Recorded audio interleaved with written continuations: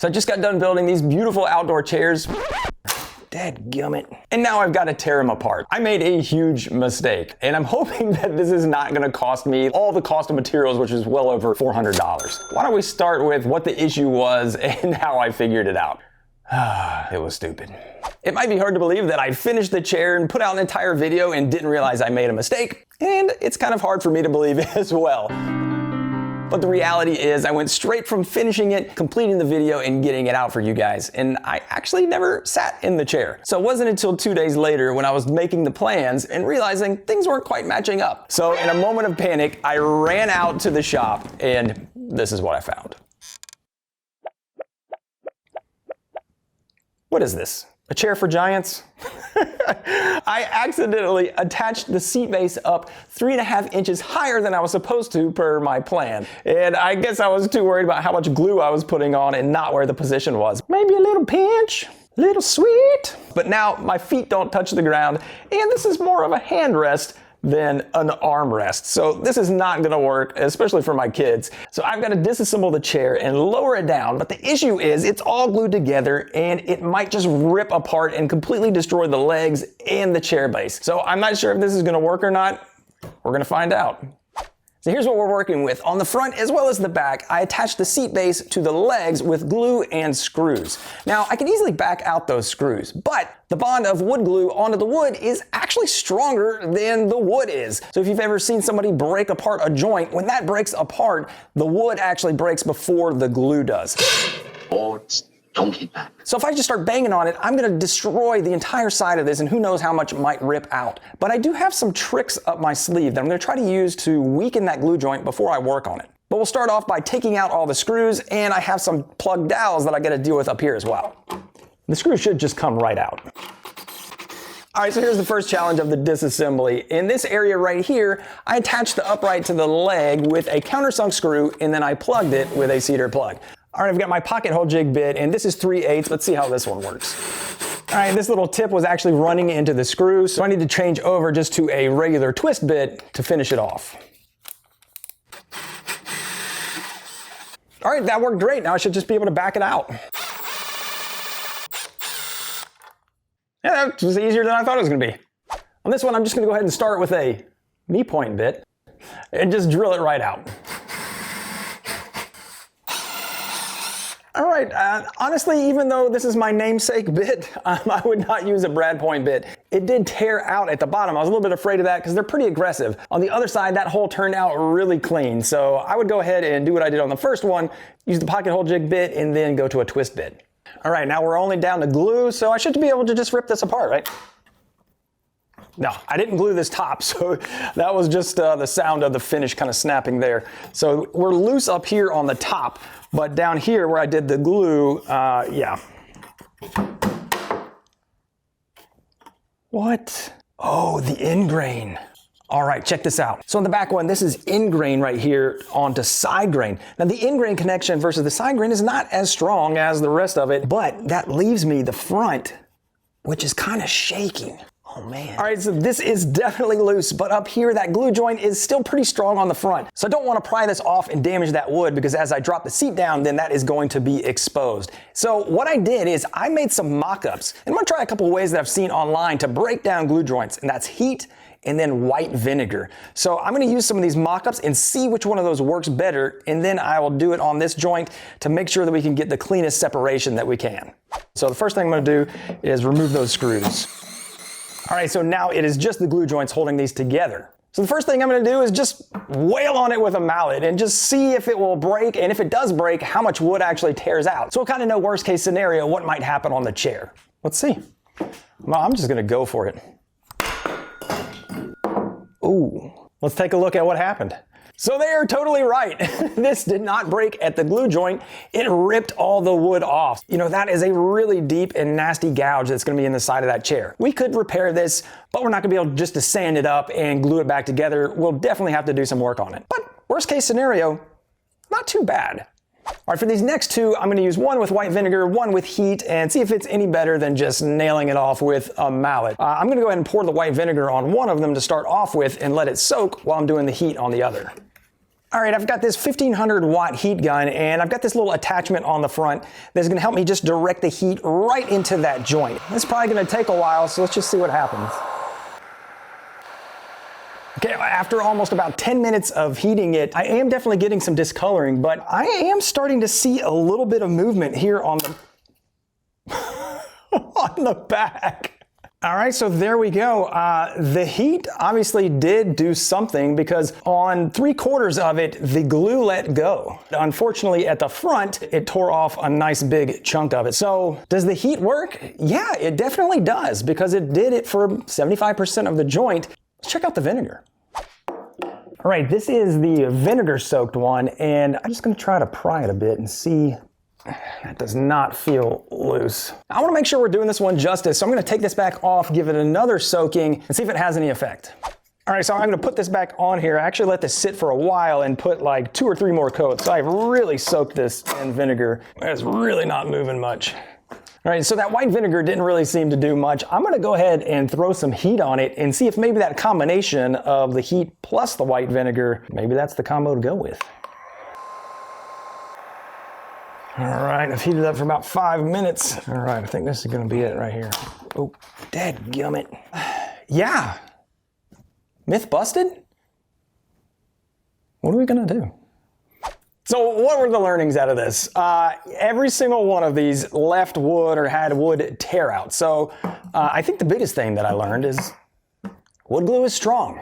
And don't glue together things that you want to take apart later. If you want to take it apart, you can do it quickly with force and have some tear out. White vinegar really didn't work for me at all, and the heat gun worked pretty good, but on thicker things, you're still gonna have some issues. So I'm gonna take that, bring the chairs over, and I don't know, maybe try to apply some heat because it's hinged. I can get the heat in there and maybe that will release. We'll just kind of play it by ear and take it slow, and hopefully a lot of things don't rip out while I'm disassembling it. I'm just having it on a lower heat so it's not as aggressive because I don't want to make the finish get all gooey and nasty and get up in the air. And I'm using a little card scraper to try to deflect the heat in there and just kind of keep it off of that finish, at least on the face that I'm going at. So we're gonna keep going and see what happens. All right, here's some wood snapping. Oh boy, there it goes.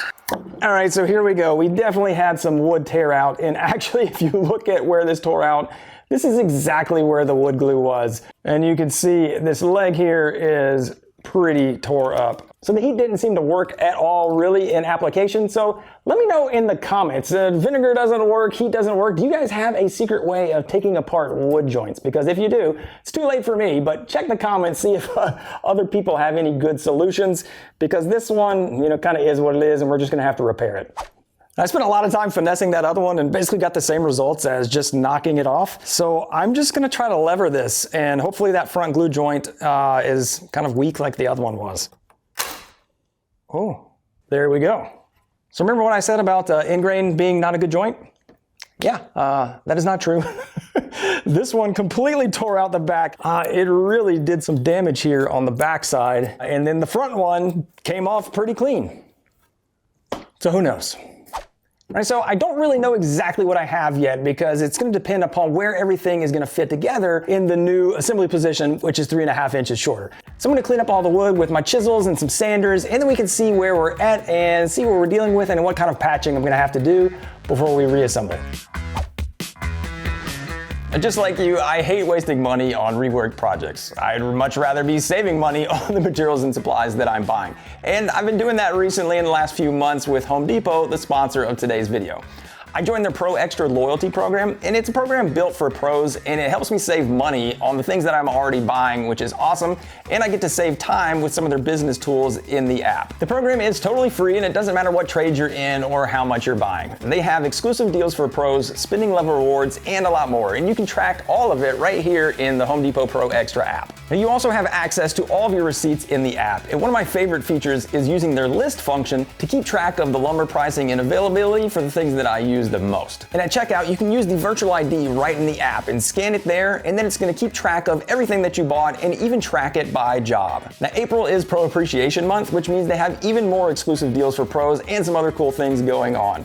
Now, if you want to check out all of those and get signed up, it's a perfect time. Follow the link down below in the description to see what they have to offer. And a big thank you to Home Depot for sponsoring today's video.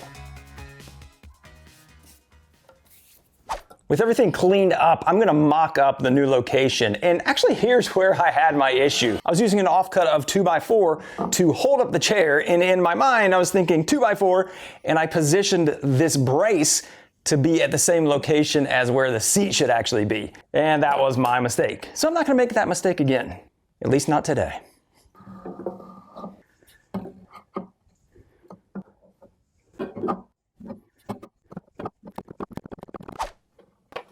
All right, we can put the chair up there and see where it hits and what all is going to be exposed and what needs repair. All right, we've got some good news and some bad news. We'll start off with the good news, which is it looks like the connections are going to be nice and strong. I've got the flat surfaces for everything to go back together, but I do have quite a few spots where I need to fill. I've got some holes right here, but the nice thing is when the cushion is there, you will never see those. So I'm not too worried about what's happening on the inside of these face frames. And now for the bad news. You see right here, as this came up, we have now exposed the mounting holes, and it's actually even worse on the other side where the screws came in, and there's just gonna be some little blemishes here. But it's so small and it's down underneath there.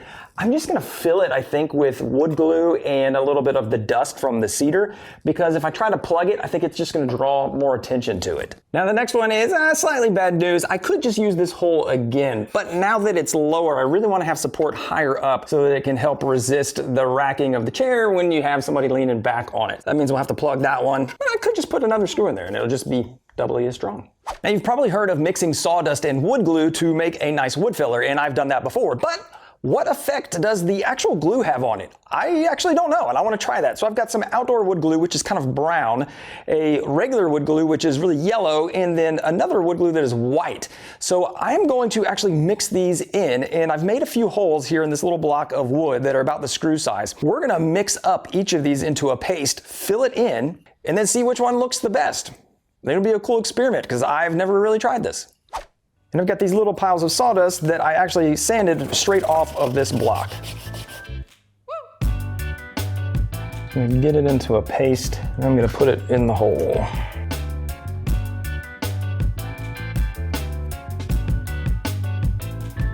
All right, here's how they look coming in. I'm gonna let them dry, and then we can sand them flush, and then see what everything looks like with finish on it. All right, here we go. I gotta tell you, I am a little surprised. As I would expect, the outdoor wood glue is definitely the darkest, but I was really surprised the white one actually is darker than the yellow. The yellow one to me looks like it blends better. I'm just gonna give these a quick wipe with the wood sealer just to see how that will change the color, if any. After a little bit of finish, this yellow one looks even better. The brown is really contrasty. The white one is definitely a lot darker than the cedar, but this yellow one looks really good. So for sure, I'm gonna be going with the yellow. So now this is cedar, so I would test it on your own woods because it's probably gonna be different with pine or walnut. This is probably gonna come out different, but for cedar, definitely going with the yellow. And I don't need to worry about it being outdoor glue. It's gonna be covered in finish, and it's obviously not holding anything structural. So we're gonna use this one for the patches. All the repairs are done, and I can start reassembling this and get some more finish on it, and then we can see how the repairs look and compare it to the original one that I have not fixed yet. And since you guys have already seen me put this together, we'll just hit a quick montage and get to the reveal.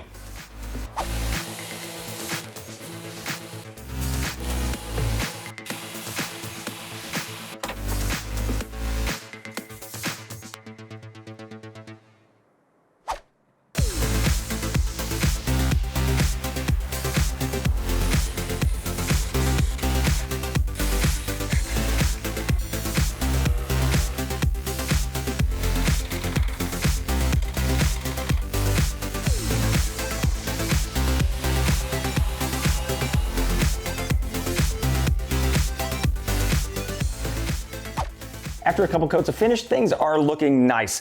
These little area repairs in the front here are gonna be covered up by the cushions, of course, but in the back, these plugs look really nice. The only part I'm not really happy about is this front area here where the wood did crack off. I didn't think it was gonna be that bad, but when I put the finish on, it kind of highlighted where that crack was. I thought I had sent it down flush, but obviously that crack went deeper than I thought it was. But it's behind the leg here, and you probably will never even see it. But now you guys know, don't tell anybody. But in general, it turned out really nice. Let me show you how it looks next to the one that I haven't fixed yet. So here you go, it's all assembled and next to this one. And this one looks really low right now, and I think that's why I didn't notice it when I was building this one. But when you put the cushions on, it changes everything. And this height is much better. And now all I've got to do is fix that one. Rodriguez, you ain't trying to change this one, are you? course I'm going to change it, Chuck. It looks ridiculous. No, man, I love it. Feels like I'm driving the combine. If you want build plans for your own chair, which were correct the entire time, there's a link down below in the description. If you just want to see how I built it and how I build other outdoor furniture, I've got a playlist queued up for you right there. I want to give a big thank you to those folks that have been joining the FTBT Builders Club. And until next time, guys, get out there and build something awesome.